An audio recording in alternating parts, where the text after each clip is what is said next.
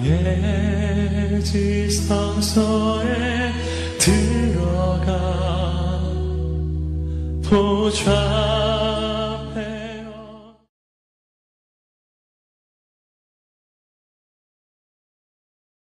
원합니다.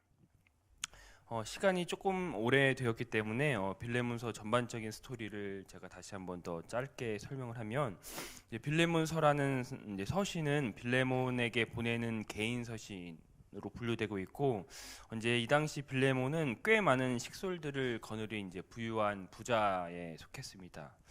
그는 에베소로 와서 바울의 사역으로 말미암아 그리스도를 믿게 되었고, 그래서 그는 고향으로 돌아가자마자 그의 집이 이제 그리스도가 모이는, 그리스도인들이 모이는 이제 교회로 그렇게 발전되었을 거라고 이제 학자들은 추측을 합니다.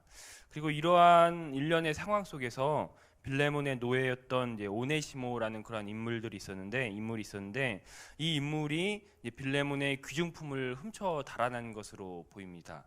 이 당시에 빌레몬은 예수를 믿지 않았고, 그렇기 때문에 아마 오네시모가 이제 그 노예 생활이 힘들어서 빌레몬의 귀중품을 훔쳐서 달아났는데, 그 이제 오네시모라는 종이 이리저리 방황을 하다가 그 역시 바울을 만나서 이제 회심을 하게 되고 그리스도인이 되게 됩니다.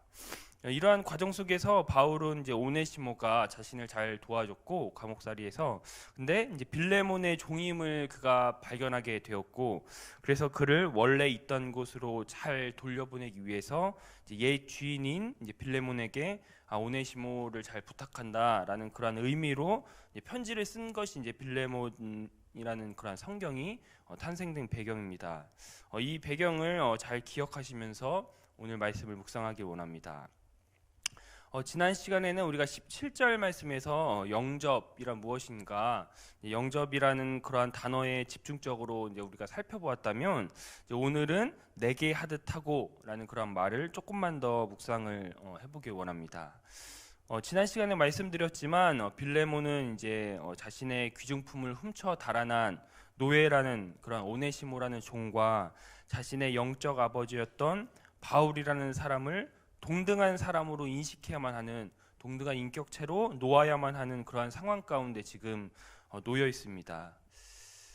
세상은 이론적으로 생명의 무게는 동등하다라고 그렇게 가르치고 있지만, 실제적으로 세상은 그러한 생명의 무게 이론에 대해서 그렇게 기만하듯이 생명의 무게가 무섭도록 차이난다고 그렇게 이야기하고 있습니다. 여러분들도 잘 아시겠지만 이제 애플의 창시자 스티븐 잡스가 죽었을 때 전 세계 수십억 명이 그의 죽음 안타까워하며 애도하였습니다. 하지만 그가 죽을 그 시점에 가난 때문에, 질병으로 인해 기타 불행하게 죽어가는 우리들의 이웃들에게는 비교적 관심이 덜 했습니다. 사실 이것이 세상이 말하는 생명의 무게의 차이입니다. 세상은 생명의 무게를 그 사람의 업적 내지는 영향력 혹은 재력으로 그 사람의 생명의 무게를 평가합니다. 그래서 그 사람의 세상에 향한 영향력이 크면 클수록 그 사람의 생명의 무게가 더 가치 있게 나가는 것이 세상의 법칙입니다. 하지만 오늘 본문 말씀처럼 기독교에서 말하는 생명의 무게는 그 사람의 가진 것이나 영향력이나 재력으로 평가되지 않습니다. 기독교에서 말하는 생명의 무게는 동등합니다. 왜냐하면 그의 가진 것으로 평가하는 것이 아닌 그의 살아온 인생으로 평가하는 것이 아니라 하나님께서 그를 창조하셨다는, 그래서 가난하건 부하건 모두 다 하나님의 형상으로 창조되었다는 고백으로부터 시작되기 때문에 우리가 가진 것으로 평가되지 않고 그 하나님의 그 말씀, 하나님의 창조성 때문에 우리는 다 생명의 무게는 동등하다라고 그렇게 보고 있습니다. 그렇기 때문에 우리가 만약 이 고백, 이 말씀을 믿는다면 우리는 우리의 이웃들의 모습이 어떠하든지 부하든지 가난하든지 그 재력과 상관없이, 우리들의 이웃의 어떠함과 상관없이 그 속에서 하나님의 모습을 발견할 줄 아는 사람이 훌륭한 그리스도인이라는 것입니다. 오늘 본문 속으로 우리가 돌아간다면 오늘 본문에서 빌레몬은 노예인 오네시모와 그리고 그렇기 때문에 자신의 귀중품을 훔쳐 달아난 그의 모습 속에서 영적 아버지인 바울의 모습을 발견할 수 있었어야 합니다. 만약 오네시모의 모습 속에서 영적인 아버지인 바울의 모습을 발견하지 못한다면 내게 하듯하고 라는 그 말을 아마 그는 실천할 수 없었을 것입니다. 아마 이 말이 빌레몬의 입장에서는 너무나 고통스러웠을 수도 있고 아마 듣기 싫은 말씀이었을 수도 있습니다. 제가 언젠가 이야기했지만 오네시모라는 것은 그 사람은 빌레몬에게 있어서 과거에 마주하고 싶지 않은 현실일 수도 있습니다. 어쩌면 자신이 예수 믿지 않은 상황 가운데서 오네시모를 두었기 때문에 오네시모를 보면 자신의 뭔가 쓴뿌리를 보는 듯하고 자신이 뭔가 안 좋은 부분들을 보는 듯하고 그리고 귀중품을 훔쳐 달아났기 때문에 당시에는 노예가 귀중품을 훔쳐 달아나면 정말 죽임을 당하는 그런 처지 가운데 그를 보면 계속 분노가 차오를 수도 있는 상황 가운데서 그러한 모든 정황 가운데 바울은 그의 모습 속에서 그럼에도 불구하고 영적인 아버지인 바울의 모습을 봤어야 하고 바울의 위치까지 그는 격상시켰어야 했습니다. 제가 초반에도 이야기했지만 그 당시 빌레몬은 부했고 어른이었고 본인의 집에서 예배를 드렸기 때문에 아마 초대 교회를 생각했을 때 그에게 설교할 기회도 주어졌을 수도 있습니다. 혹은 사람들에게 권면을 해야 하는 어른으로서 존경받는 어른이었기 때문에 권면을 해야 되는 위치였을 수도 있습니다. A 성도와 B 성도가 다툴 때 빌레몬은 슬쩍 중간에 끼어들어서 혹은 설교를 하면서 우리가 서로 사랑을 해야 합니다. 서로 화해해야 됩니다. 왜냐하면 예수님께서 우리를 서로 사랑하라고 하셨습니다. 라고 그렇게 말하면서 그렇게 설교했을 수도 있습니다. 하지만 이제 그 말이 자신이 강대상에서 설교했었던 그 말이 과연 자기 자신에게도 해당되는지 점검할 시점이 이제 찾아왔습니다. 그는 사람들에게 영적인 어른이었기 때문에 서로 사랑해야 됩니다. 심지어 우리들의 원수까지도 사랑해야 됩니다. 라고 이야기할 때 나 역시도 거기에 포함되었었어야 했음을, 나 또한 이 서로 사랑하라라는 이 말씀에 예외적인 인물이 아님을 그는 깨달을 시점이 찾아온 것입니다. 과연 자신이 내뱉은, 자신이 선포한, 사람들에게 선포한 그 말이 과연 자기 자신에게도 해당될지 그 오네시모를 통해서 그는 증명해야 될 시점이 찾아왔다라는 것입니다. 제가 저번에도 이야기했지만 그 빌레몬서라는 서신은 개인 서신이지만 회람된 서신이었습니다. 한마디로 말하면 빌레몬서라는 그러한 교회 공동체에 모든 사람들이 볼 수 있는 회람 서신으로 설교 형태로 그렇게 존재했기 때문에 이 사건을 아마 이 빌레몬에 다니는 빌레몬서를 읽고 있는 이 교인들은 아마 이 내용을 누구보다 잘 알고 있었을 상황이었고, 그렇기 때문에 그는 더 이상 서로 사랑해라라는 그 말 속에서 감출 수 없이 모든 사람들 앞에 나의 영성과 내가 얼만큼 정말 내가 내뱉은 말들을 실천하려고 노력하는지 그는 증명할 시기가 이제 찾아왔다라는 그러한 점을 우리가 기억을 해야만 합니다. 우리가 신앙생활을 오래 하면 오래 할수록 조심해야 하는 부분이 있다면, 사람들에게 뭔가 주워 들은 것도 많고 성경 공부도 많이 했기 때문에 사람들에게 기가 막히게 조언을 해주고 권면도 해주고 신앙적인 말들을 우리가 굉장히 많이 하기 때문에 우리가 내가 내뱉은 말들에 취해서 나 역시도 그 말씀 앞에 서 있다는 사실을 자주 망각하게 된다라는 것입니다. 나는 그 말씀에 뭔가 예외적인 인물인 것처럼 말씀과 나의 사이에 거리감을 두는 그런 경향들이 우리가 사실 종종 있다라는 것입니다. 그런데 아닙니다. 오늘 빌레몬처럼 오네시모라는 그런 실제적인 인물이 내가 사랑하기 위해 몸부림을 쳐야 하는 그런 구체적인 상황이 나 역시도 오네시모라는 모습 속에서 바울의 모습을 발견해야 한다는 그 사실 앞에 우리도 여전히 서 있다는 그 말을 우리는 잊어서는 안 됩니다. 그렇다면 왜 빌레몬은 오네시모를 바울처럼 대해야만 했을까요? 왜 그의 모습 속에서 바울의 모습을 발견했어야 했을까요?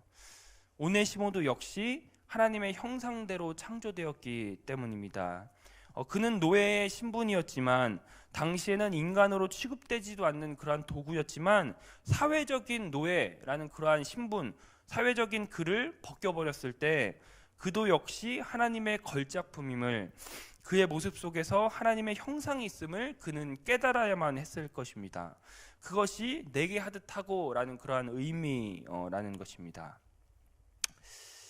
사랑하는 여러분, 우리들의 모습을 우리는 돌아봅니다. 우리도 사실 사람인지라 우리가 좋아하는 사람, 싫어하는 사람이 있습니다.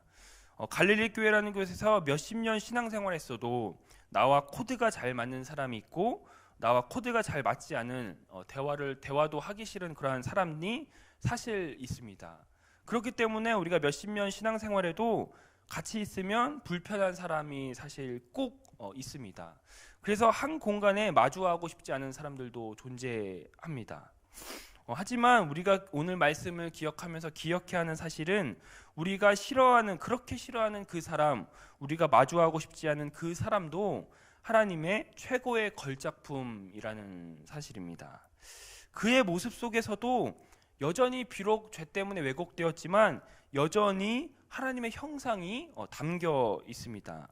그렇기 때문에 오늘 본문의 빌레몬처럼 마주하고 싶지 않은 현실인 오네시모라는 종의 모습 속에서 바울의 모습을 발견해야만 한다는, 그리고 최종적으로 그의 모습 속에서 하나님의 형상으로 창조되었다는 그러한 사명, 그러한 고백, 그러한 발견이 우리가 있어야만 함을 오늘 본문은 우리에게 깨우쳐주고 있습니다. 내게 하듯하고 라는 그러한 말은 감상적인 말이 아닙니다. 이 말은 우리에게 사랑할 수 없는 사람을 사랑해야 한다는 결단과 각오, 내가 도저히 용납할 수 없는 사람에게 하나님의 형상을 발견해야만 하는 그러한 사명, 그렇기 때문에 삶에서 땀을 흘려야만 하는 그러한 희생적인 용어입니다. 바라기는 오늘 이 아침에 내게 하듯하고 라는 그 말이 우리들의 실제적인 삶이 되기를 바랍니다. 여기 모인 우리들은 신앙생활을 꽤 많이 한 편입니다.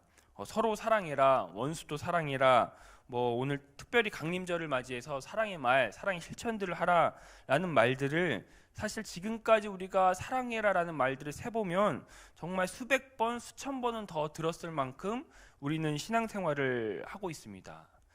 그런데 우리가 이 말을, 서로 사랑해라 라는 말을 너무나 많이 들었기 때문에 우리가 착각하는 것은, 우리가 다른 사람들을 중재할 때 그래도 용서해야지, 더 우리가 사랑해야지 라고 번지르르하게 이야기하지만 우리도 여전히 이 말씀 앞에, 여전히 주어진 현실 앞에, 아직도 이 문제점을 해결하지 않은 그 상황 앞에 우리도 여전히 이 말씀 앞에 엎드려 있다는 사실을 우리는 꼭 기억해야만 합니다. 이 말씀이 우리에게 여전히 현실이라는 것, 지금까지 살면서 수천 번은 들었지만 아직도 내 삶 속에서 이루어지지 못한, 아직도 여전히 뛰어넘지 못한, 아직도 이 말씀 앞에 우리는 여전히 엎드려 있다는 사실을 우리는 깨달아야만 합니다. 저 역시도 마찬가지입니다. 제가 여기에서 여러분들 앞에서 서로 우리가 사랑해야 됩니다, 원수도 사랑해야 됩니다라고 이야기를 하지만 저도 마찬가지로 제가 이렇게 말씀을 선포한다고 해서 이 말씀에 예외적인 인물이 아니라는 사실입니다. 저 역시도 신앙생활하면서 내가 마주하고 싶지 않은 사람들도 있고 내가 싫어하는 스타일의 사람들도 있겠습니다. 하지만 중요한 건 우리가 이 말씀 앞에 엎드려서 여전히 내가 싫어하는 사람을 오네시모라고 두고 우리가 그의 모습 속에서 바울의 모습을 발견하고 영적인 아버지의 모습을 발견하며 그도 역시 하나님의 형상으로 창조되었음을 고백할 때 우리가 진정한 그리스도인으로 거듭날 수 있다라는 이야기입니다. 말씀을 마치기 원합니다.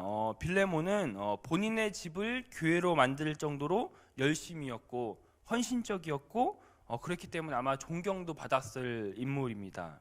하지만 그렇다고 하더라도 그의 집이 교회로 만들 정도로 열심이었고 헌신적이었다 하더라도 내게 하듯하고 라는 말씀 앞에 여전히 서 있다는 사실을 그는 뼈저리게 깨달았어야만 합니다. 그리고 오네시모라는 마주하고 싶지 않은 그 인물을 구체적인 상황 가운데서 사랑해야만 하는 그러한 상황들이 곧 펼쳐짐을 그는 깨달았어야만 합니다. 사랑하는 여러분, 우리도 서로 사랑해라, 원수도 사랑해라 라는 말씀 앞에 여전히 서 있습니다. 이 말씀은 어느 누구도 비껴갈 수 없는 현실입니다. 바라기는 내가 싫어하는, 내가 대하기 좀 껄끄러운 사람이라고 하더라도 그의 모습 속에서 예수님의 모습을 발견할 수 있는, 그래서 서로 사랑하기 위해서 기도하며 땀을 흘리는 우리들이 되길 바랍니다. 그래서 특별히 강림절 갈릴리 교회가 사랑 실천 주간을 보내고 있는데, 사랑의 말, 사랑의 생각들, 사랑의 실천들이 정말 우리들 삶 가운데서 진동하는 저와 여러분들이 되었으면 좋겠습니다.